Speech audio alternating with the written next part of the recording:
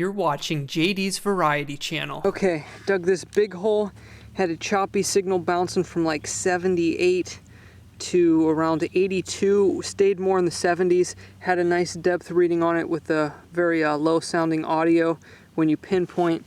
I got about 5 or so inches down, and it's a coin, and it's definitely not a zinc penny because it's not corroded, not deteriorated at all around the edges. So I'm pretty excited. It'd be awesome if it could be an Indian head penny, but it may just be a wheat penny. It looks pretty toasty. So I'm going to clean this up a minute and we'll see what we have. Boy, would be awesome if that's an Indian head from one of these old farmhouses. All right, guys, look at that. See the 1 cent right there?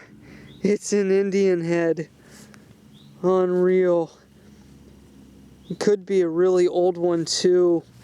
That would be awesome. The oldest Indian heads I've dug are from around the early 1880s. Awesome. I don't know if there's going to be a date on this one because it's pretty toasty, but I'll clean it up a little bit. Maybe we'll see something on there. Stoked right now. I want to get this shot before it dries anymore, just in case it doesn't clean up really good later from being exposed to the air and oxidizing. Oh man, it's an early one. I'm pretty sure it's 1873. I can't believe it. Unreal. Pretty much all the Indians from the 1870s are rare. You can see it changing color as it oxidizes. The 1877 Indian head, even in this junk condition, would sell for a few $100s. But in 1873, it's one of the more common ones from the 1870s. But even in junk condition, it would be worth maybe like $5 or something. I'm not really concerned about value. I'm just so happy to have this. This is the oldest Indian head penny I've ever dug. And I wasn't even expecting to find stuff this old today. Hunting around a skull that's built in like the 1950s. This is amazing. I'm glad I stuck it out at this field when I kind of had an inkling that there was some old stuff here. Sweet. Well, we'll get her cleaned up later. I'm so happy right now. Kind of weird, but this is where I just dug the Indian head. I had a shallow signal that rang in about 80, only about a foot away, and it's looks to be a modern key. It's orange, kind of like my shirt. Yeah, I can't get away from it. I think this is some kind of special enameled key for UT, University of Tennessee. I can't get away from UT fans here. No matter where I drive, they're everywhere. Just wanted to show you all the edge of this property.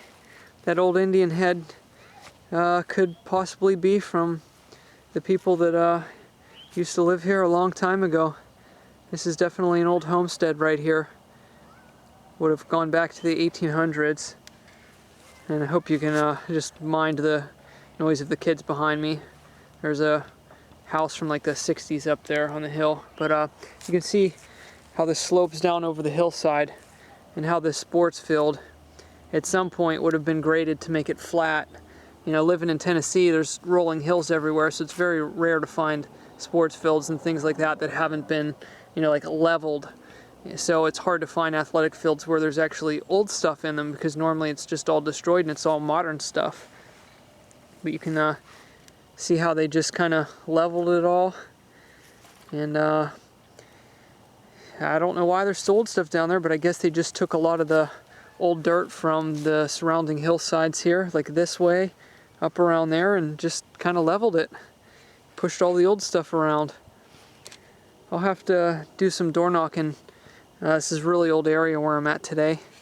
Maybe I could get in a permission at one of these old farmhouses. It'd be quite a difficult hunt, but I'm sure there's some amazing stuff down in these valleys down here. So we'll keep poking around, and got about a half hour before dark, and it starts to get cold, so maybe we can pull something else. Alright, so I'm right here toward the back of the property by the old farmhouse and by the scoreboard, and I got a nickel in the hole. I've been finding a lot of nickels today. I think it's a Jefferson, but just in case it's something older, let's finish it live. It is a Jefferson. Now let's see if it's an older one. Hey, it might be. Looks like the relief's pretty high on it. It's probably from the 60s or earlier. Just gonna spit on it in a second because it's a nickel. It's not gonna do any damage. It's probably gonna be a 64. They made like a billion of them. 1964. Alrighty, let's keep going. Keeping you guys in the loop because technically it is food, but I'm gonna have one of these mints. 5 calories, serving size 3 pieces, so 1 mint is like 1.667 calories. So yeah, that's like nothing. Who cares? I'm gonna binge, have a mint or 2. I won't have 3 though. Okay, now this is the type of signal that really sounds like a silver ring. It's definitely higher than a clad quarter. It's not very deep though. I want you to listen to this.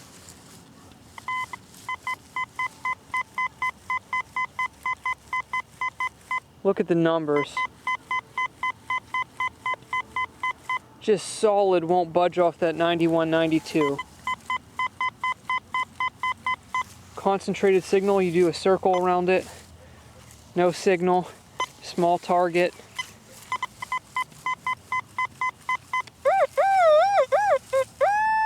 Pinpoint, says 4 inches, but the grass is high. It's really only going to be about 2 inches down.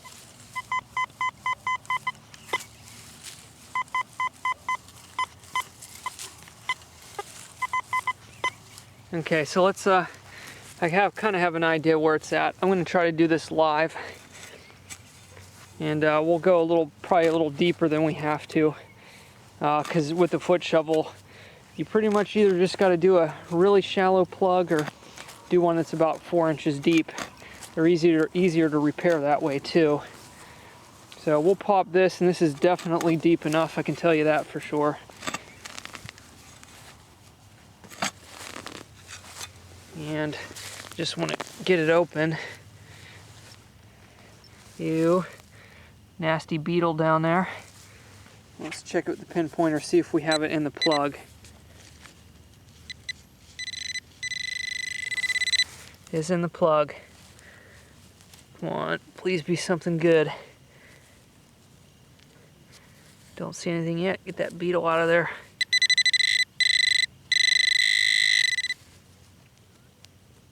Oh man, it's not silver, but yeah, this is what happens. It looks like it's going to be stacked quarters. Hey, that's still cool. Oh, they really fool you when they come out like that, though. Oh, one's 1965.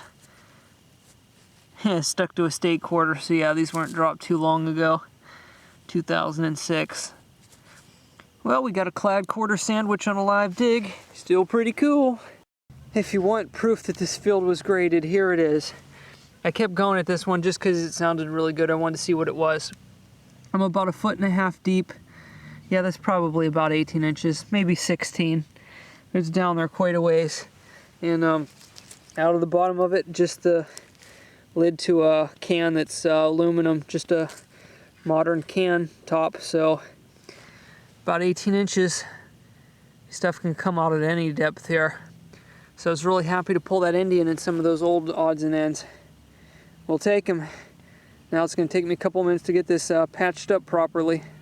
I'm not sure if this video is going to have the wrap up on it. So there's a look at the better stuff for today. I got a pile of modern coins.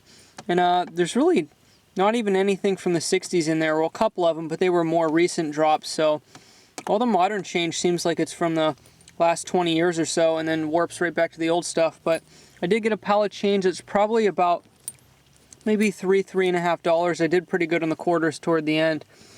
Found that piece of a cap gun, that old button, the beautiful gold nugget ring, 14 karat. I'll weigh it when I get home. It's not that heavy, but hey, definitely worth a pretty penny as far as I'm concerned, because it goes toward my food. And got them relic bits, and I found the keys to your heart. So with the eggs we were able to purchase, we're going to make deviled eggs. So got the hard-boiled eggs ready and got the yolks scooped out, and we got the grapeseed oil vegetables, and paprika. So we're going to go ahead and whip them up and see what we got. We have the deviled eggs all ready to go and seasoned with paprika.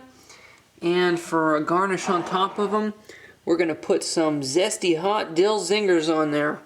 So I just took one of them and cut it up. Oh, and by the way, I did a half dozen eggs, but there's only 10 of them because I already ate 2, if you're counting. So let's garnish these puppies. We'll be ready to dig in. Don't you wish you can have one?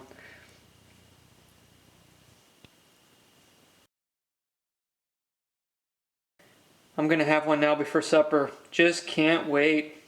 A quick food update. So apart from the deviled eggs, which I just ate a bunch of, and that's gonna be supper for tonight because I'm just too tired and lazy to cook right now. And I have this part of this apple left over from breakfast from putting that in my oatmeal. I'm gonna dunk that in some cinnamon and xylitol, and that'll be my snack for the night. And the food we have left on reserves, we still have about probably at least one, probably almost 2 servings left of the elbow macaroni.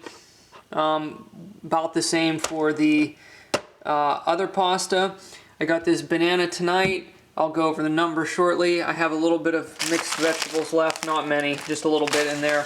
Then about half the bag of these black-eyed peas left over. So we're doing pretty good on the reserves, and I'm planning on going out tomorrow. So, but it's supposed to rain Wednesday, so you know there's going to be days where I can't metal detect, where I'm tired, or it's raining, the weather's bad, who knows what. So it's always good to have reserves. Oh yeah, and you can't forget I still have this huge tub of oatmeal that I'm going to be eating every morning for breakfast and adding various things to. So yeah, that's working great for the mornings right now. Gives me a little bit of energy before I hit the road. It is now time for the official weigh-in of the gold ring. Got my scale set on grams. There she is. Beautiful. Got to clean it up a little bit more, but shining right up. Beautiful 14 karat ring. 1.6 grams. Not the biggest thing ever, but hey, when it's equating to food, that is a chunk. In order to keep the video rolling, I don't have the time right now to kind of do a tutorial on how I estimate the cost of gold. But anyway, this is 14 karat gold, 1.6 grams. When I found it, spot price was $1,225 an ounce. So what I did was I ran it through a calculator, and the gold ring has a melt value as of when I'm posting the video of $36.74. So what I'm doing is the same as I did with the silver dime I found a little while back. I'm calculating all precious metals at 90% of the melt value, just as kind of like a realistic price that you'd get if you tried to sell it quick. So once I do the deduction and take 90% of the melt value, it comes down to, I believe it was $33.07, I think. So $33.07 is the total that I'll be adding to the funds for my grub. A quick look at the stats. Today, I ended up with $3.27 worth of coins. That includes counting the Indian head penny as only a penny. You can see now that it dried off, even though I got the dirt off. It's just in absolutely horrible condition, so I'm glad that I was able to show it when you could still see some of the detail when it was dug. Because as soon as it oxidized and came in contact with the air, it just got completely destroyed. You can kind of see the outline of the Indian there.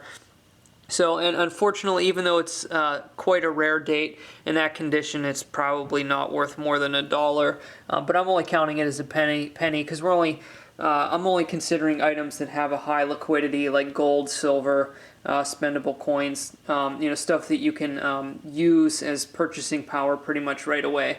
So, $3.27 in coins. As I explained with the gold ring, the total for that came to $33.07. So you look right here, I add the two of those totals together. It comes to $36.34 today, which is awesome, bringing the positive balance to $44.02. And then the deductions, I forgot to take off the price of that protein bar I bought yesterday, so that's 87 cents. The $1.53 is for the cheeseburger, and then the $1.94 is for a dozen of eggs. plus a banana. So we have a current balance of $39.68 going into tomorrow, and we have some food reserves too. So not too shabby. Thanks for watching. If you enjoyed the video, be sure to subscribe for more. My next adventure is always just around the corner. Take care and happy treasure hunting.